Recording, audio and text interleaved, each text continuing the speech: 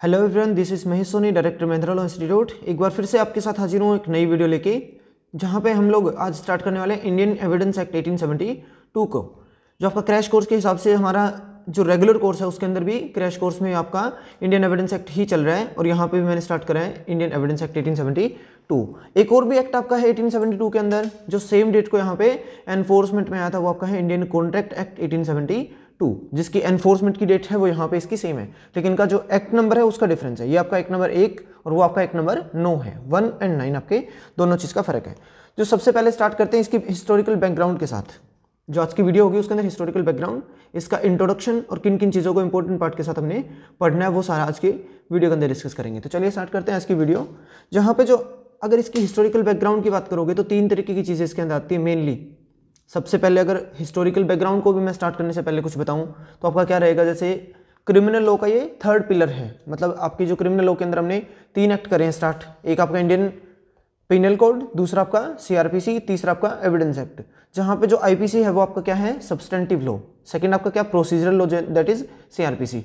जहां पे substantive law के अंदर क्या कि किसी भी पर्सन के राइट एंड लाइबिलिटीज को डिसाइड करने वाला जो आपका लॉ है वो आपका आईपीसी। और उन लाइबिलिटीज और जो आपके राइट्स एंड लाइबिलिटीज हैं उनको आपने एनफोर्स करने के पर्पज से जिस भी प्रोसीजर का फॉलो किया जाएगा वो आपका सीआरपीसी के थ्रू करा जाएगा। जो सीआरपीसी के अंदर आपके प्रोसीजर दे रखे हैं उन्हीं को फॉलो करके उस आईपीसी में दिए गए राइट्स एंड लाइबिलिटीज को एनफोर्स करवाया जाएगा। अब उनको एनफोर्स करने के लिए और प्रोसीजर को फॉलो करने के पर्पज से जिन भी एविडेंसेस की जो प्रूफ जो चीजें आपने कोर्ट में प्रोड्यूस करनी है, जिनके थ्रू आप कोर्ट को कंपेल करोगे कि हमारे हक में इस फैसले को दे, जिसमें जो चीजें आप दोगे वो सारी आप एविडेंस एक्ट के थ्रू ही दी जाएंगी। तो वो आपका क्या रहेगा, एग्जेक्टिव लॉ बोलते हैं इंडियन एविडेंस एक्ट को।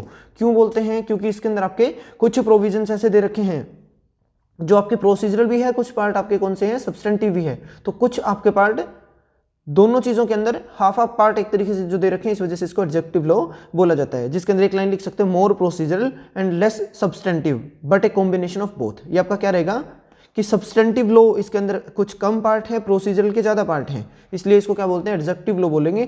बट ये आपका एक कॉम्बिनेशन है दोनों का।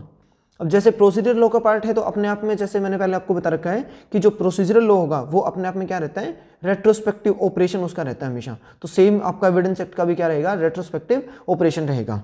अब जो अगर थर्ड पिलर की बात करोगे तो थर्ड पिलर की एविडेंस की जो हिस्ट्री है उसको देखना है। हिस्ट्री के अंदर आपके 3 पार्ट आते हैं फिर से, आपका एंशिएंट हिंदू, एंशिएंट मुस्लिम लॉ और तीसरा आपका कौन सा, ब्रिटिश एरा। अब जो आपकी हिंदू पीरियड की बात करोगे तो उस टाइम पे क्या होते थे, धर्मशास्त्र होते थे। अब धर्मशास्त्र के अंदर आपकी क्या चीजें बता रखी है कि किसी भी ट्रुथ को आप क्या कर रहे हो कि किसी भी ट्रुथ को असर्टेन करने के पर्पज से, मतलब आपने कोई भी मुद्दा आपके सामने आया उसको आपने असर्टेन करना है कि ये मुद्दा आपका सही है, तो उसको असर्टेन करने के पर्पज से जो भी ट्रायल चलाया जाएगा वो एविडेंस एक्ट के ही थ्रू चलता है। लेकिन अगर एविडेंस एक्ट था नहीं तो पुराने टाइम पे क्या होता है कि धर्मशास्त्र के अंदर जो भी आपके रूल्स एंड रेगुलेशन लिखे होते थे उन्हीं के अकॉर्डिंग क्या करते थे, लोगों को ट्राई करते थे और वहां पे उनकी ट्रुथ को असर्टेन करने के पर्पज से उनसे प्रूफ मांगते थे। अब यहाँ पे क्या करते हैं कि उसके अंदर आपके वशिष्ठ होते थे। वशिष्ठ को क्या कर रखा है कि 3 तरीके के आपके एविडेंसेस को रिकॉग्नाइज वो करते थे। पहला आपका लेख्य, लेख्य क्या होता है, लेख जिसको बोलते हो, जैसे एक डॉक्यूमेंट्री फॉर्मेट हो गया। दूसरा आपका क्या बोलते हैं, साक्षी। साक्षी क्या होता है, एविडेंसेस हो गए, मतलब एविडेंस कौन से आपके विटनेस के तौर पे जो विटनेस आपके आएंगे वो आपके साक्षी हो गए। तीसरा क्या बोलता है, भुक्ति भोग, जिसको बोलते थे कि जिस चीज को वो भक्ति भोग करते हैं, तो मतलब पोजीशन को, मतलब किसी भी सुख को वो भोग रहे हैं तो आपके वो हो गए पोजीशन के रिगार्डिंग। तो 3 तरीके वहां पे सजेस्ट किए गए थे, तीनों को वो फॉलो करते थे। हिंदू के जो आपके एंशिएंट हिंदू पीरियड था उस टाइम पे, उसके बाद आपका आता है एंशिएंट मुस्लिम पीरियड। मुस्लिम पीरियड के अंदर क्या है कि एक मुस्लिम जूरिस्प्रूडेंस नाम से बुक होती थी जो कि लिखी गई थी सर अब्दुल रहीम के द्वारा, जिसके अंदर कुछ प्रोविजन बता रखे थे। जो आपके मोमडन लॉ थे ना, जो मोमडन लॉ गिवर्स जिनने मोमडन लॉ दिया आपको, वो डील करते थे हमेशा एविडेंस के 2 हेड के अंदर में, या तो आपकी एक ओरल होता था, एक डॉक्यूमेंट्री होता था। जो ओरल फॉर्मेट है उसको फिर से डिवाइड किया गया था, या तो वो रहेगा आपका डायरेक्ट या फिर रहेगा हियर से एविडेंस, और जो डॉक्यूमेंट्री रहेगा वो आपका ओरिजिनल और सेकेंडरी की तरह वहां पे भी यूज होते थे। जैसे क्या करते थे कि मतलब एक कोई भी डिजाइन आपने देख लिया, अब वो चीज अगर इम्पॉसिबल है कोर्ट के अंदर प्रोड्यूस करने के लिए, वो ओरिजिनल डॉक्यूमेंट, मतलब डॉक्यूमेंट की डेफिनेशन पहले भी देखेंगे तो वही होती होगी कि जैसे कोई भी चीज आपने छाप दी है पेड़ पे, कोई चीज आपने देखी है, लेटर मार्क फिगर कुछ भी चीज होगी, वो अपने आप में एक डॉक्यूमेंट है। अब वो डॉक्यूमेंट अगर कोर्ट में प्रोड्यूस नहीं कर सकते, ऐसी चीज है वो, तो उसके सेकेंडरी एविडेंस भी होंगे। अब सेकेंडरी एविडेंस पुराने टाइम पे कैसे तैयार करेंगे, फोटोकॉपी तो होती नहीं थी, कागज भी नहीं होते थे, पेन भी नहीं था, क्या करेंगे उस टाइम पे, चद्दर वगैरह जो लोहे की चीज़ें होती थी उसको आप क्या कर रहे हो, लोहे की जो चद्दर है उसको ढलाई करके उसके ऊपर क्या करते कि उसी तरीके का डिजाइन तैयार किया जाता था, उसको कोर्ट में प्रोड्यूस करते थे, वो आपके उसके सेकेंडरी एविडेंस बोले जाते थे। उसके बाद का थर्ड आपका आता है ब्रिटिश एरा। ब्रिटिश टाइम के अंदर क्या हुआ, 1835 में सबसे पहले जो आपका क्या है एक अटेम्प्ट किया गया था एविडेंस बनाने के लिए। एविडेंस का जो एक्ट है उसको बनाने के पर्पज से फर्स्ट अटेम्प्ट किया गया, लेकिन उसके पहले भी क्या किया गया था, एक रॉयल चार्टर था बॉम्बे, कैलकाटा और मेड्रोस में आपके ये एस्टेब्लिश किया गया था रॉयल चार्टर, जिसके थ्रू आपके जिनके अंदर क्या थे कि प्रॉपरली आपके डेफिनेट रूल वहां पे नहीं होते थे।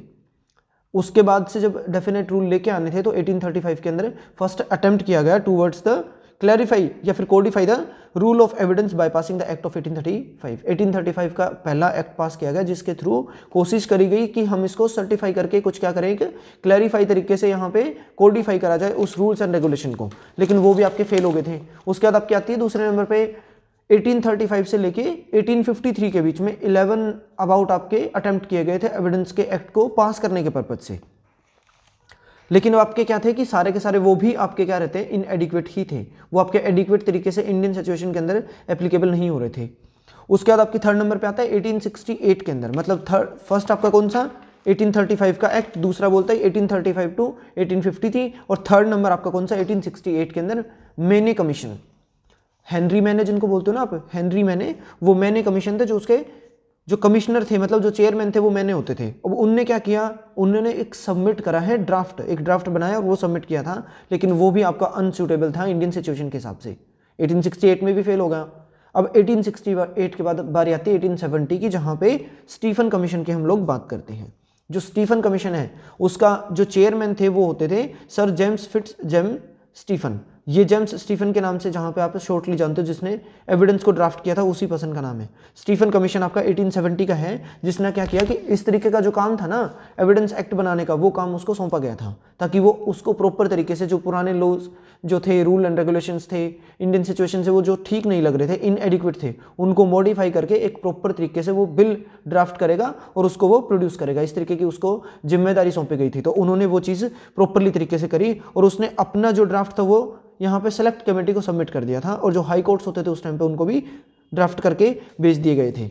जो मेंबर ऑफ बार वगैरह के कुछ भी होते थे मेंबर, उनके ओपिनियन लेने के पर्पज से वो चीज़ उनकी ड्राफ्ट करी गई थी। फिर आपका 1872 के अंदर, नेक्स्ट आपका 1870 के बाद 1872 के अंदर उसको जो उसने ड्राफ्ट बना के भेजा था ना स्टीफन ने, उसको पास कर लिया गया दोनों हाउसेस के अंदर। जो हाउसेस होते थे जैसे लेजिस्लेचर वगैरह थी उनके पास, उनके भेजे गए थे लेजिस्लेचर के पास, उन्होंने ये पास किया और आपकी रिसीव करी थी एसेंट 15 मार्च 1872 को। जो एसेंट प्राप्त हुई है वो आपकी है 15 मार्च 1872 को, और जो लागू हुआ था वो हुआ आपका 1 सितंबर 1872 को। यहाँ पे कंप्लीटली उसको इंप्लीमेंट कर दिया गया था इंडियन एविडेंस एक्ट को स्टैट्यूटरी तरीके से।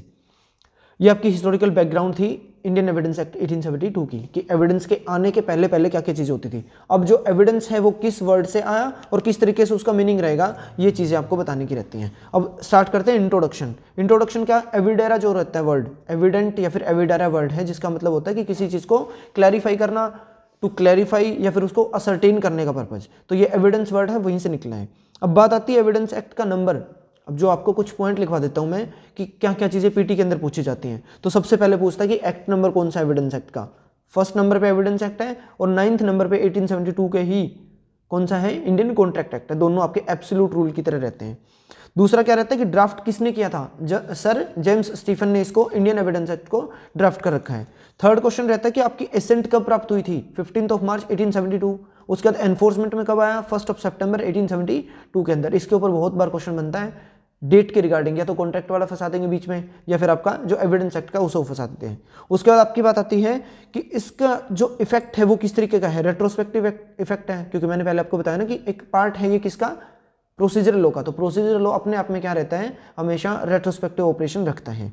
उसके बाद बात आती है उसकी एग्जॉस्टिविटी की, क्या एविडेंस एक्ट अपने आप में एग्जॉस्टिव है कि नहीं है। ये आपका एग्जॉस्टिव एक्ट नहीं है, क्योंकि इसको कुछ और अदर प्रोविजन है जिनका सहारा लेना पड़ता है किसी भी केस को सॉर्ट आउट करने के पर्पज से।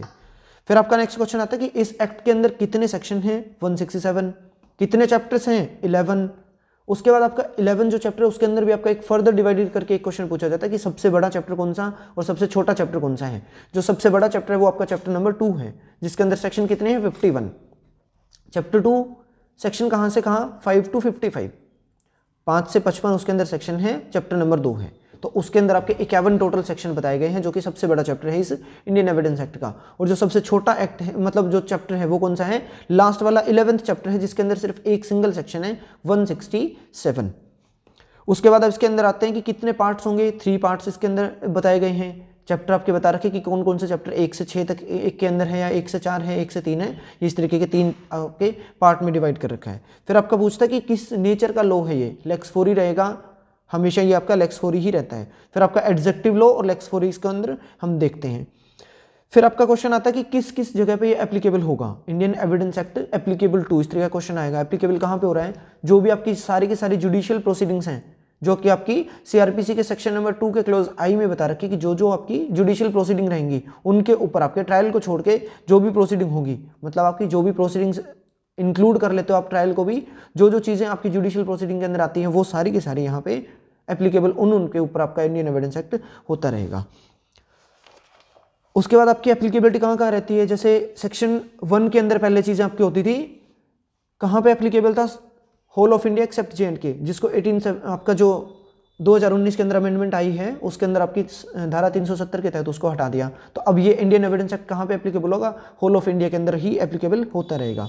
दूसरी चीज इसके अंदर बता रखी कि जो भी आपकी जुडिशियल प्रोसीडिंग होगी उनके ऊपर भी एप्लीकेबल होगा। तीसरा बोलता है कि जितने भी कोर्ट मार्शल्स होंगे उन सब पे एप्लीकेबल नहीं होता, कुछ कोर्ट मार्शल्स हैं जिनके ऊपर एप्लीकेबल होगा। अब जो बच गए कौन से रह गए जिनके ऊपर एप्लीकेबल नहीं होता, मतलब वो कौन कौन से कोर्ट मार्शल्स होंगे जिनके ऊपर इंडियन एविडेंस एक्ट अप्लाई नहीं होता। अब एक साइड कॉलम जो बनाना आपने एप्लीकेबिलिटी का, दूसरी साइड नॉन एप्लीकेबिलिटी का। एप्लीकेबिलिटी में क्या लिखोगे, होल ऑफ इंडिया, दूसरा जो भी आपकी जुडिशियल प्रोसीडिंग है 2 का क्लोज आई सीआरपीसी के अंदर उन पे, और सम कोर्ट मार्शल्स इनके ऊपर एप्लीकेबल होगा। जो नॉन एप्लीकेबिलिटी है उसके अंदर क्या लिखोगे, एफिडेविट के ऊपर भी आपका इंडियन एविडेंस एक्ट अप्लाई नहीं होता है, क्योंकि वो एफिडेविट कौन देगा, पार्टी देगी और अपनी एजेंसन के हिसाब से ही देता है, तो उसको एज एन एविडेंस आपका नहीं प्रोड्यूस किया जाता। दूसरा बोलता है कि आर्बिट्रेशन की जो भी प्रोसीडिंग होगी उनके ऊपर भी इंडियन एविडेंस एक्ट अप्लाई नहीं होता है, क्योंकि जो सेक्शन नंबर 2 है ना, जो 3 है उसके अंदर आपका क्या बता रखा है, फर्स्ट ही डेफिनेशन है कोर्ट की। कोर्ट की डेफिनेशन में अभी आपको आर्बिट्रेटर को एक्सक्लूड कर रखा है कि आपने वहां पे उसको कोर्ट नहीं मानना है, क्योंकि वो एविडेंस कलेक्ट करने की पावर नहीं रखता है। तो उस केस में इसीलिए बोलता है कि आर्बिट्रेशन की प्रोसीडिंग के ऊपर इंडियन एविडेंस एक्ट जो है वो अप्लाई नहीं होगा। और तीसरा आपका आता है कि किस पे एप्लीकेबल नहीं होता, वो चीज आपकी है कि कुछ कोर्ट मार्शल्स हैं जिनको आपके आर्मी एक्ट, नेवी एक्ट और एयर फोर्स एक्ट के अंदर जो भी एस्टेब्लिश किए गए हैं उनके ऊपर भी इंडियन एविडेंस एक्ट अप्लाई नहीं होगा। ये आपका सेक्शन 1 तक कंप्लीट हुआ। अब सेक्शन नंबर जो 3 है, 2 नंबर आपका 1938 के अंदर इसको आपने हटा दिया था, अमेंडमेंट के अंदर उसको रिपील कर दिया गया। और सेक्शन नंबर 3 है मोस्ट इंपॉर्टेंट, जिसके अंदर आपके क्वेश्चन बनते ही बनते हैं, जो आपकी नेक्स्ट वीडियो के अंदर मैं आपको एक्सप्लेन करके बताऊंगा, क्योंकि बहुत बड़ा सेक्शन है। एक एक पॉइंट को डिस्कस करेंगे डिटेल में कि किन किन चीज़ों को हम लोग पढ़ेंगे, कौन सा इंपॉर्टेंट पार्ट है, किसमें से पीटी में क्वेश्चन पूछता है, किसमें से मेंस में क्वेश्चन पूछेगा। तो अगली वीडियो का नोटिफिकेशन पाने के लिए मेरे चैनल को आप सब्सक्राइब कर लीजिए, और इस चैनल के अंदर जो भी साइड में जो लाल बटन आया होगा सब्सक्राइब का, उसको क्लिक करके, और एक बेल आइकन का भी बटन आ रहा है उसको भी प्रेस कर लीजिए, ताकि आने वाली जो भी वीडियो होंगी उसका नोटिफिकेशन आपके पास सबसे पहले पहुंच सके। Thank you so much for watching this video.